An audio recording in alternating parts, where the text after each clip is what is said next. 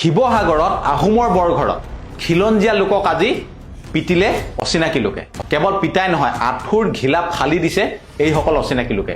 দুটা, এটা নাম হৈছে জাহাংগীৰ আলম, আন এটা নাম হৈছে ৱাজিদ গুজ্জৰ।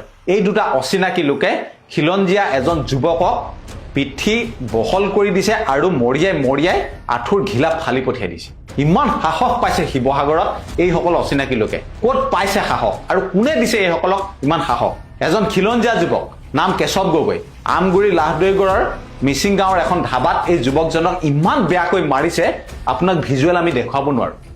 চিকিৎসালয়লৈ যুৱকজনক প্ৰেৰণ কৰা হৈছে। যুৱকজন বাচে না নাবাচে তাৰ কোনো ঠিকনা নাই। কিন্তু শিৱসাগৰত বাৰে এনে ঘটনা সংঘটিত হৈছে। জিলাখনৰ বিভিন্ন প্ৰান্তত, কি আমগুৰিয়ে হওক কি শিৱসাগৰ নগৰে হওক, ইমান সাহস পাইছে অচিনাকি লোকসকলে শিৱসাগৰখনত।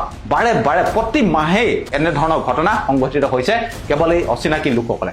শিৱসাগৰত গৈ দম দিব, শিৱসাগৰত গৈ মাৰিম কাটিম বুলি এচাম অচিনাকি লোকে এনেধৰণে দম দিবলৈ কাৰ সাহস পাইছে? গ্ৰেপ্তাৰ কৰিলে জানো হ'ব?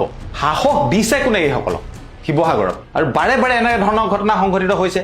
তেওঁলোকৰ ভাষ্য আছে, আপুনি শুনি লওক যে ঘটনাটো কেনেধৰণে হৈছিল, তাৰপিছত আপুনি নিজে অনুমান কৰিব কাৰ উৎপাত বাঢ়িছে শিৱসাগৰত। যোৱাকালি আপোনাৰ হোলী উপলক্ষে আপোনাৰ বিভিন্ন সময়ত বিভিন্ন স্থানলৈ মানুহখিনি গৈছিলে, বিভিন্ন জেগাত আচলতে উদযাপন কৰিছিলে হোলী। আৰু হোলী উদযাপন কৰাৰ সময়তে যোৱাকালি আপোনাৰ কেশৱ গগৈ নামৰ এজন খিলঞ্জীয়া যুৱকক, আপোনাৰ এজন ৱাজিদ গুজ্জৰ নামৰ এজন হাৰিয়ানাৰ যুৱক আৰু আপোনাৰ জাহাংগীৰ আলম নামৰ ইউপিৰ দুজন যুৱকে আচলতে লগ লাগি মৃত্যু আচলতে মাৰি পেলাবলৈ লৈছিলে।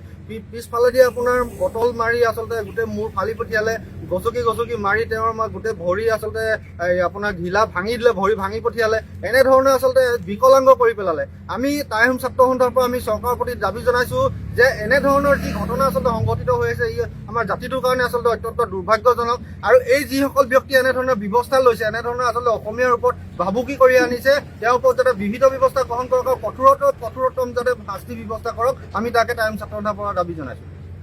বটলেৰে প্ৰথমতে মূৰত আক্ৰমণ কৰিলে, তাৰপিছত মুখত মাৰিছে, তাৰপিছত আঁঠুৰ ঘিলা ফালি পঠিয়াই দিছে। আপুনি চাওক, আপুনি ভাবক যে কেনেধৰণৰ এটা ঘটনা হৈছে শিৱসাগৰত। এই দুইটা যুৱক বাহিৰৰ বোলে, ৱাজিদ আৰু জাহাংগীৰ।